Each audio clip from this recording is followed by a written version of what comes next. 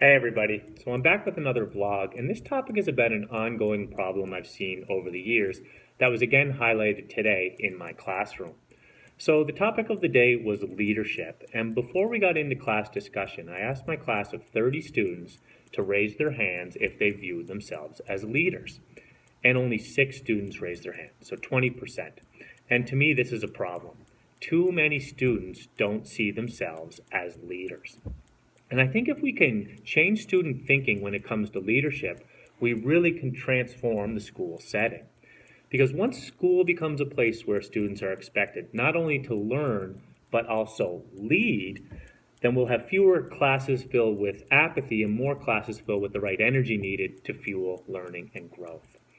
So I think one problem with leadership is that sometimes we make it out to be bigger than it is. Like only certain people can have the title of a leader. So in a classroom, maybe it's the teacher who's supposed to be the leader.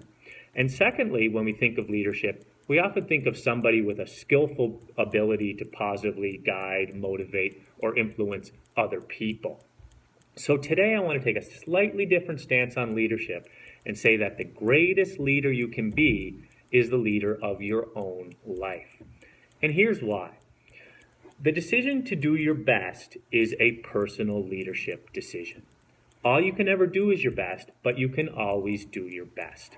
If you decide personally to hold yourself to high standards for the way you act, the choices you make, and the way you treat others, you're going to live a life that's centered around growth and respect.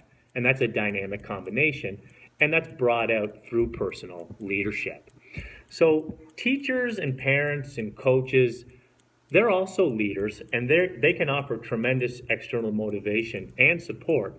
But if you can ignite internal motivation, that's when you're going to develop a burning desire to succeed.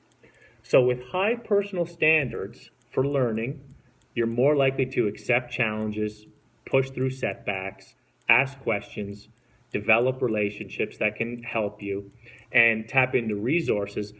All of these things are critical for improvement. And the best part is, with enough personal leadership in a room, others start to take notice. So a classroom culture can be created where learning and leading become the norm. So I think if we can get more teachers and students acting as the best versions of themselves, then we're going to have rooms filled with people who lead by example. Learning will be ongoing, standards will be high, and inspiration will be everywhere because being your best self, no doubt, brings out the best in others. And that's leadership at its finest, and that's education at its finest. So imagine what could be accomplished if the whole school, or better yet, the whole world, lived as a model for others. Personal leadership. Gandhi said, be the change you wish to see in the world. And for this topic, I guess I'll modify it slightly and say, be the leader that you wish to see in your world. Thank you.